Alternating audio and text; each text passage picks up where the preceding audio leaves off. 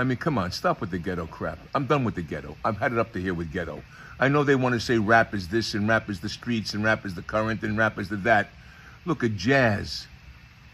The jump black and jazz blues artists. Give me the Count Basie band. Give me Duke Ellington's band. Give me the history. Give me jazz. You want to go black? Go art.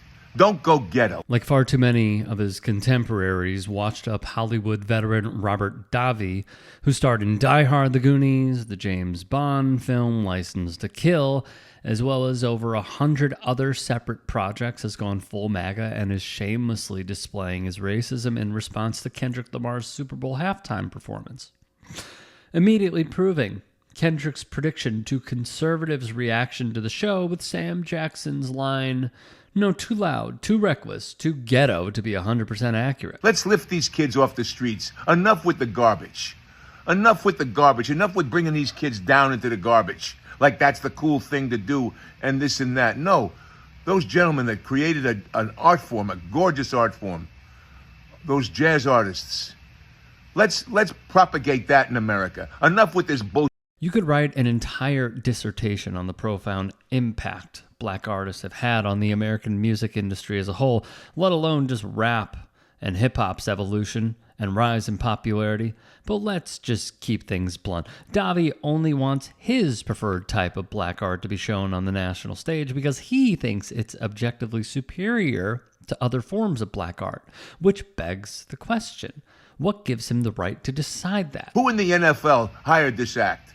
And Sam Jackson monkeying around.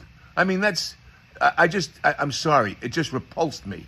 It absolutely repulsed me. What was the point? What's really repulsive is spewing racial abuse toward the black community, let alone directing it at one of the most celebrated and accomplished actors of our lifetime, who is actively explaining how our country views and treats black artists. Let's give them something to aspire to, talent to aspire to. Let's train them in instruments and jazz and stop this rap crap that everybody thinks is the new Shakespeare. It's not. It's garbage. It's not lifted. What are they trying to do? What's the message? What's the message in the collard greens? Tell me.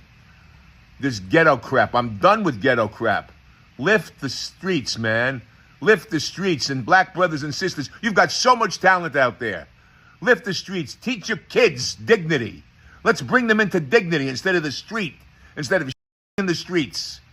Enough of it. It's always been about anti-black racism to white conservatives like Davi, and the irony of him making the same exact arguments and using the same talking points white conservatives use to demonize jazz and rock music when the genres were first gaining notoriety shouldn't be lost on you either. Hey guys, quick break in the action. I have a new show coming out called The Rick Strom Show. It is going to be awesome. I'm interviewing musicians, athletes, producers, writers, journalists, authors, sports doctors. Go check it out at youtube.com/@TheRickStrom Show. Also be sure to throw me a follow on Instagram, Threads, Blue Sky. It can all be found in the description box below. Thank you. Because he would follow up and double down on his hate-filled rant numerous times since tweeting it out, posting this message, seeming to link Kendrick Lamar's performance in rap music as a whole to a video of Eagles fans tearing down and stomping on a stoplight in downtown Philly. Anyone with basic knowledge of the NFL knows this is just what Philly fans do after winning a chip.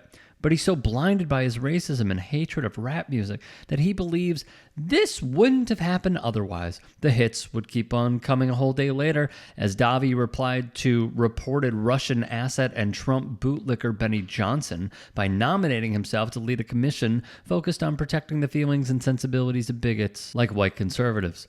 And speaking of white conservatives getting their feelings hurt over black art, Kendrick Lamar was the worst halftime performer that the NFL Super Bowl, in my opinion, has ever seen in terms of overall enjoyment of his performance by the average fan.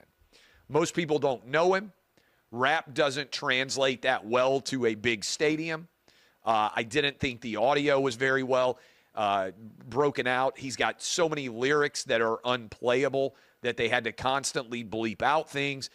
I think the vast majority of the 100 million plus people watching this performance thought, like I did, that it was crap. While former Democrat Clay Travis isn't entirely wrong about the sound mixing being awful, rap concerts have some of the most passionate and interactive crowds imaginable.